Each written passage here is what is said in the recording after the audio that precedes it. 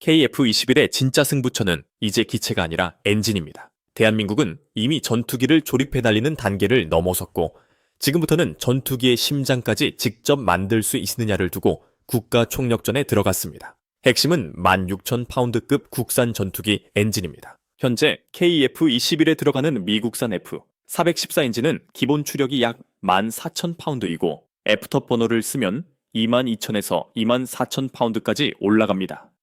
그런데 한국은 이 구조에 계속 묶여있을 생각이 없습니다. 엔진까지 독립해야 KF-21은 진짜 완성형 전투기가 되고 수출 시장에서도 완전히 다른 급의 카드가 됩니다. 12월 26일 전해진 방산 소식은 이 흐름을 더 분명하게 보여줍니다.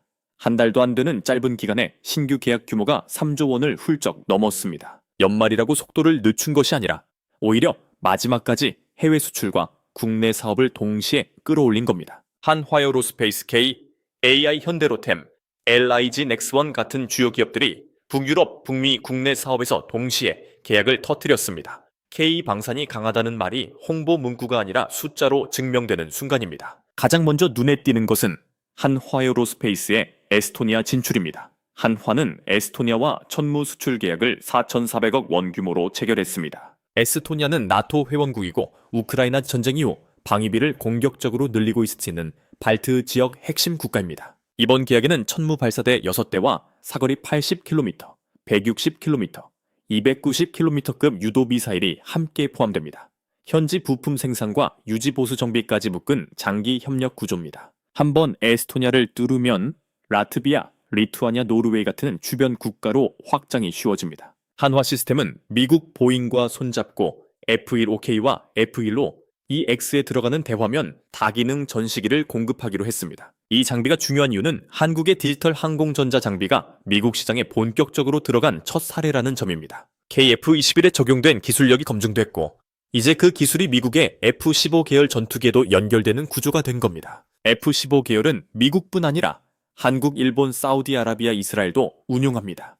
한번 공급망에 들어가면 추가 물량과 후속 사업으로 이어질 가능성이 커집니다. 한화는 LA, H용 공대지, 유도탄 천검, 2차 양산과 LSAM 양산 계약까지 연달아 체결했습니다.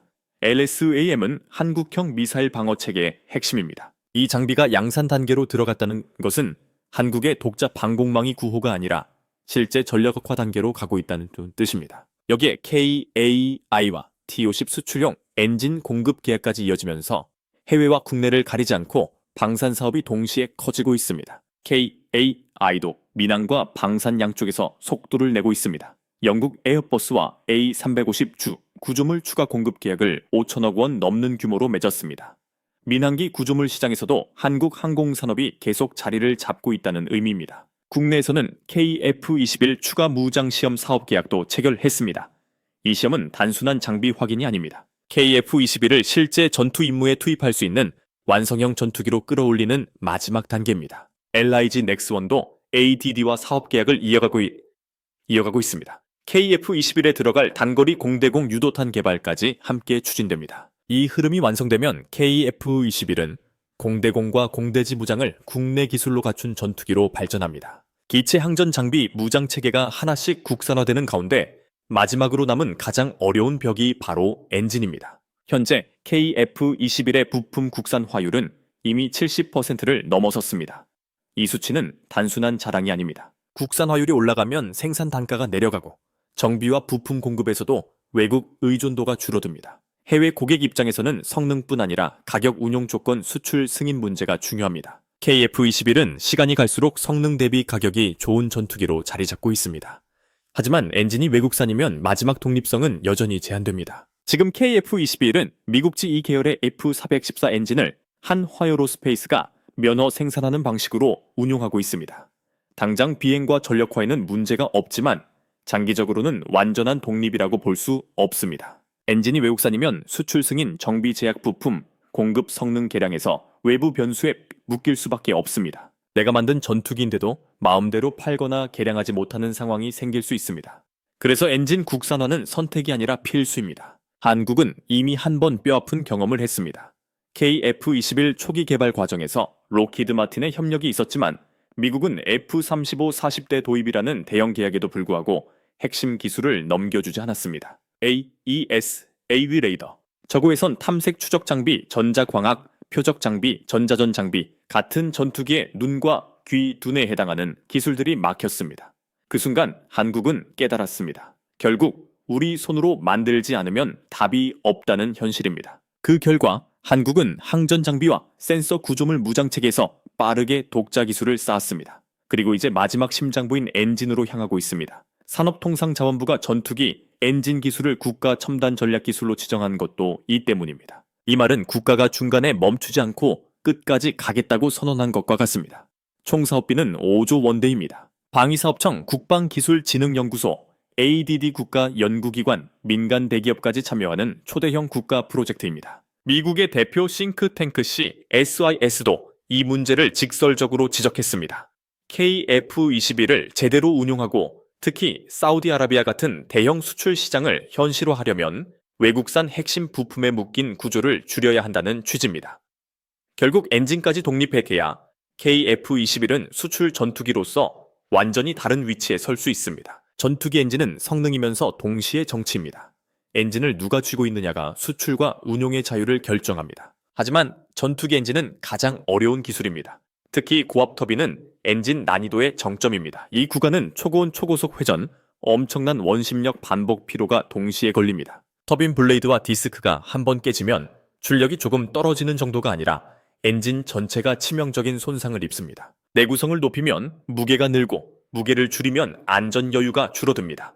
성능 내구, 무게, 안전을 동시에 맞추는 것이 전투기 엔진 개발의 진짜 벽입니다. 첫 번째 핵심은 초고온 합금입니다. 전투기 엔진은 니켈계 초내열 합금이 중요합니다. 합금 성분 주조 열처리 품질 관리가 조금만 흔들려도 고온에서 늘어나는 크리프 특성 피로, 수명 균열 발생 가능성이 달라집니다. 논문만 보고 따라할 수 있는 영역이 아니라 수많은 실패 데이터와 장기 운용 경험이 필요합니다. 두 번째는 단결정 블레이드입니다. 균열은 결정립 경계에서 시작되기 때문에 블레이드를 단결정으로 만들면 수명이 늘어납니다. 하지만 온도 제어 응고, 속도 불순물 관리가 조금만 틀어져도 불량이 됩니다. 세 번째는 코팅과 냉각입니다. 터빈 블레이드는 열차폐 코팅과 산화, 부식 방지 코팅을 여러 층으로 입혀야 합니다. 코팅이 운용 중 벗겨지면 금속의 열이 직접 들어가 수명이 급격히 줄어듭니다. 블레이드 내부에는 미세한 냉각 통로가 있고 표면에는 필름 냉각 구멍이 정교하게 뚫립니다. 냉각을 많이 하면 안전하지만 효율과 추력이 떨어지고 냉각을 줄이면 성능은 좋아지지만 수명과 신뢰성이 무너집니다. 이 균형이 엔진 회사들의 핵심 노하우입니다. 고압 압축기와 연소기도 어렵습니다. 압축기는 공기를 강하게 눌러 담아야 하지만 너무 공격적인 설계는 실속이나 서지를 불러올 수 있습니다. 전투기는 급가속과 급기동을 반복하기 때문에 압축 흐름 안정성이 매우 중요합니다. 연소기는 연료와 공기를 안정적으로 섞어 완전 연소에 가깝게 만들면서도 온도 분포를 균일하게 유지해야 합니다. 특정 부분만 뜨거워지는 핫스팟이 생기면 터빈 수명이 바로 줄어듭니다. 애프터버너와 가변 노즐 전자식 엔진 제어 장치까지 모두 맞물려야 합니다. 그래서 이번 엔진 개발에는 한화에어로스페이스뿐 아니라 두산에너빌리티의 참여가 중요합니다. 한화는 F404와 F414 계열 엔진의 면허 생산과 정비 경험을 쌓아왔고 두산은 발전용 소형 가스터빈을 국산화하면서 초고온 합금 소재 분야에서 경험을 축적했습니다. 두산의 소재 합금 기술과 한화의 엔진 조립 제어, 항공 운용 경험이 결합되면 한국형 전투기 엔진 개발은 훨씬 현실적인 단계로 올라갑니다. 영국 롤스로이스와의 협력도 중요한 변수입니다. 한화에어로스페이스가 롤스로이스와 협력해 엔진 제어 장치 기술을 확보한 것은 단순한 상징이 아닙니다. 국산 램제트 엔진 지상시험 이전부터 영국과 공동개발 협력을 이어온 점도 의미가 큽니다. 미국 기업들이 한국과의 엔진 공동개발에 소극적인 이유는 분명합니다. 한국이 엔진을 스스로 만들면 KF-21에 들어가는 F-414 공급 시장이 줄어들 수 있기 때문입니다. 반면 영국은 상대적으로 적극적인 태도를 보이고 있습니다. KAI도 공개적으로 더 큰 목표를 꺼냈습니다. 미국산 F414 터보팬 엔진을 능가하는 차세대 전투기용 램제트 엔진 실증 비행을 추진하겠다는 입장입니다. 업계에서는 이런 발언이 단순한 구상이 아니라 내부적으로 일정 수준의 기술 검토와 방향 설정이 끝났다는 신호로 받아들여지고 있습니다. 올해 상반기에는 무인 전투기 플랫폼을 활용한 국산 엔진 비행 시험이 확정될 가능성이 100%라는 전망까지 나왔습니다. 여기서 중요한 전략은 무인 전투기용 엔진이라는 명분입니다. 유인 전투기 엔진을 정면으로 개발한다고 선언하면 미국, 유럽, 러시아 같은 기존 강국들의 견제가 곧바로 커질 수 있습니다. 하지만 무인 전투기 엔진은 아직 국제 규범과 시장 질서가 완전히 굳어진 분야가 아닙니다. 한국은 정면 돌파보다 측면 진입을 선택한 셈입니다. 그러나 16,000파운드급 고출력 엔진 기술이 확보되면 그 기반은 KF-21 같은 유인 전투기에도 얼마든지 연결될 수 있습니다. 중국이 민감하게 반응하는 이유도 여기에 있습니다.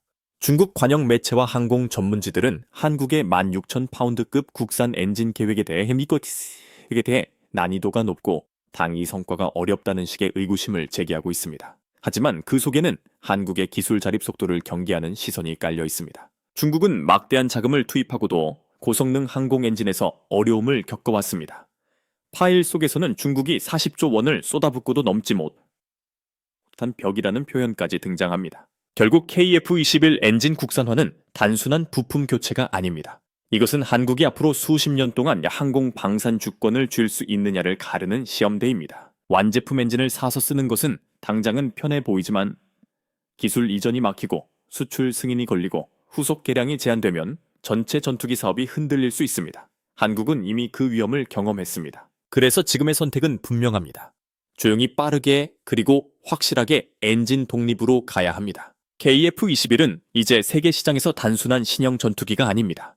국산 항전 장비, 국산 무장 높아지는 70% 이상의 국산화율, 그리고 5조 원대 국가 프로젝트로 추진되는 차세대 엔진 개발이 하나로 묶이고 있습니다. 천무 4천억 원 수출, A359조물, 5천억 원대 계약 한 달도 안 되는 기간, 3조 원 이상의 신규 계약은 한국 방산의 속도를 보여주는 숫자입니다.